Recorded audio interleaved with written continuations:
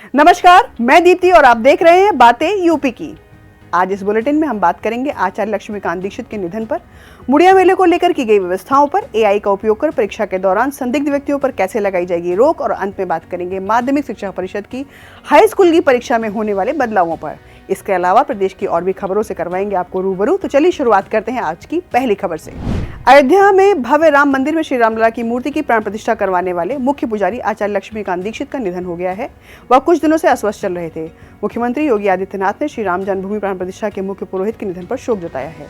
उन्होंने कहा कि आचार्य लक्ष्मीकांत संस्कृत भाषा व भारतीय संस्कृति की सेवा हेतु सदैव स्मरणीय रहेंगे। उत्तर प्रदेश के मथुरा में 15 से 22 जुलाई तक होने वाले राजकीय मुड़िया पूर्णिमा मेले की सुरक्षा व्यवस्था को 2000 से अधिक पुलिसकर्मी तैनात किए जाएंगे। मुड़िया मेला, जिसे मुड़िया पूनो मेला भी कहा जाता है, भारत के उत्तर प्रदेश के मथुरा में मनाया जाने वाला एक पारंपरिक मेला है। यह एक महत्वपूर्ण सांस्कृतिक और धार्मिक आयोजन है जहां देश भर से बड़ी संख्या में भक्त और पर्यटक आते हैं। यह मेला मुड़िया गांव में लगता है, जो मथुरा से लगभग 6 किलोमीटर दूर स्थित है।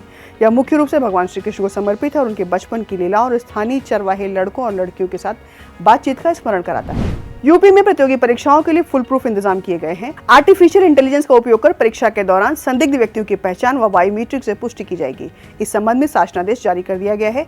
जारी निर्देशों के तहत वित्त विहीन स्कूलों व कॉलेजों को परीक्षा केंद्र नहीं बनाया जाएगा। मुख्यमंत्री योगी आदित्यनाथ द्वारा वीआईपी कल्चर को समाप्त करने का निर्देश देने के बाद लाल नीली बत्ती, हूटर, पुलिस कलर्स के खिलाफ पूरे प्रदेश में लगातार अभियान चलाया जा रहा है। सभी जिलों में 11 जून से अभियान चलाया जा रहा है। इसके तहत अब तक 1.03 करोड़ रुपए जुर्माना वसूला गया है। मामले में अभी कार्रवाई जारी रहेगी। पूर्वांचल समेत पूरे उत्तर भारत के लोग भीषण गर्मी से परेशान चल रहे हैं।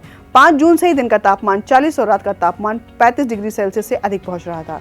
कई बार दिन का तापमान 43.9 डिग्री सेल्सियस तक दर्ज किया गया, लेकिन अब उम्मीद है कि गर्मी से परेशान लोगों को 1 से 2 दिनों के अंदर राहत मिल सकती है। मौसम विभाग ने 23 जून को मानसून आने की उम्मीद जताई है। इसके बाद 24 जून को गोरखपुर, देवरिया, महाराजगंज, कुशीनगर, बस्ती, सिद्धार्थनगर, संत कबीरनगर सहित आसपास के जिलों में बारिश की पूरी संभावना है। यूजीसी नेट परीक्षा में गड़बड़ी के तार कुशीनगर जिले से भी जुड़ गए हैं। इस सिलसिले में शुक्रवार की रात सीबीआई की टीम कुशीनगर पहुंच गई। 2 संदिग्धों की जानकारी होने के बाद आई टीम ने शहर कोतवाली क्षेत्र के रहने वाले दोनों युवकों को पूछताछ के लिए बुलाया है। इनमें से एक कोचिंग संचालक है जो कि फरार है। उसके साथी से पूछताछ शुरू कर दी गई है। पूरी कार्रवाई से पुलिस को दूर रखा गया है। सिर्फ थाने के कक्ष का इस्तेमाल पूछताछ के लिए किया जा रहा है। उम्मीद है कि जल्द ही पूरे मामले का खुलासा किया जाएगा। लखनऊ विकास प्राधिकरण ने अपने फ्लैटों को बेचने के लिए तमाम सुविधाएं दी हैं। इसी तरह की सुविधाएं प्रदेश की अन्य योजनाओं के अलोकप्रिय संपत्तियों में भी मिलने जा रही है। इसका फायदा यह होगा कि लोग अपनी पसंद का फ्लैट ले सकेंगे। एक ही फ्लोर पर 4 फ्लैट खरीद सकेंगे। पहले ऐसी सुविधा नहीं थी। लॉटरी से जो फ्लैट मिलते थे वही लेना बाध्यकारी होता था। पहले आओ पहले पाओ से एक फ्लैट बेचने की सुविधा दी थी, लेकिन प्राधिकरणों की जिस भी योजना में ज्यादा फ्लैट रिक्त होंगे वह अलोकप्रिय घोषित होगी और उसमें एक साथ एक फ्लोर पर जितने फ्लैट चाहेंगे लोग ले सकेंगे। यही नहीं, अपने खुद के नाम भी 1 से अधिक फ्लैट ले सकेंगे। शासन स्तर पर पूरे प्रदेश में इसे लागू करने की तैयारी है। प्रदेश में स्वास्थ्य सुविधाओं के विस्तार के क्रम में सरकारी अस्पतालों में स्वास्थ्य सेवाओं को बेहतर बनाने का प्रयास हो रहा है। इसके लिए डॉक्टरों की नियुक्ति से लेकर पैरा मेडिकल टीम भी बढ़ाई जा रही है। सभी जिला चिकित्सालयों की ओपीडी और पैथोलॉजी सुविधाओं को भी सुदृढ़ किया जा रहा है। इस कड़ी में मोहनलालगंज सीएचसी के पैथोलॉजी में कई प्रकार की जांच सुविधाएं मुहैया कराई जा रही हैं। इससे पहले इस सीएचसी पर सिर्फ ब्लड और यूरिन जैसे रूटीन टेस्ट ही होते थे। अब यहाँ अत्याधुनिक मशीनें स्थापित की गई हैं, जिससे लोगों को जांच के लिए जिला अस्पताल या प्राइवेट प्रयोगशालाओं पर निर्भर नहीं रहना पड़ेगा। विश्वविद्यालय अनुदान आयोग के निर्देश के बावजूद लोकपाल नियुक्त करने पर किंग जॉर्ज चिकित्सा विश्वविद्यालय का दंत संकाय और अटल मेडिकल यूनिवर्सिटी को डिफॉल्टर घोषित कर दिया गया है।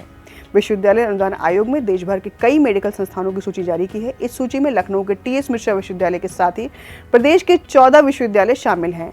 विश्वविद्यालय पारदर्शी कामकाज की व्यवस्था के तहत यूजीसी ने लोकपाल नियुक्त करने का निर्देश दे रखा है। ज्यादातर विश्वविद्यालयों में इनकी नियुक्ति कर ली गई है। वहीं दूसरी ओर काफी विश्वविद्यालय इससे कोताही बरत रहे हैं। इसका नतीजा यह है कि यूजीसी को प्रदेशवार इन संस्थानों की सूची जारी करनी पड़ रही है। प्रदेश में कुल 14 विश्वविद्यालयों को इस सूची में शामिल किया गया है। बता दें कि इस सूची में देश की 157 यूनिवर्सिटी शामिल है। माध्यमिक शिक्षा परिषद की ओर से कक्षा 9 और कक्षा 10 के लिए नई शिक्षा नीति के तहत बदलाव में अब छात्रों को काफी कुछ नए सिरे से सीखना होगा। परिषद की ओर से जो नया प्रस्ताव तैयार किया गया है, अगर इस सत्र से लागू हो जाता है तो सत्र 2024-25 में होने वाले हाई स्कूल की परीक्षा में छात्रों को 1000 नंबर का पेपर देना होगा, जिसमें से 700 नंबर उसे प्रमुख विषयों के होंगे। वहीं 300 नंबर वैकल्पिक विषय के जोड़े जाएंगे, जिसमें छात्रों को पासिंग नंबर लाना अनिवार्य होगा। इस प्रस्ताव को मंजूरी मिलने के बाद 2025 में होने वाली यूपी बोर्ड की हाई स्कूल परीक्षा में नियम लागू होंगे। आज के इस बुलेटिन में बस इतना ही और हम फिर मिलेंगे नई खबरों के साथ। तब तक के लिए देखते रहिए और करते रहिए बातें यूपी की।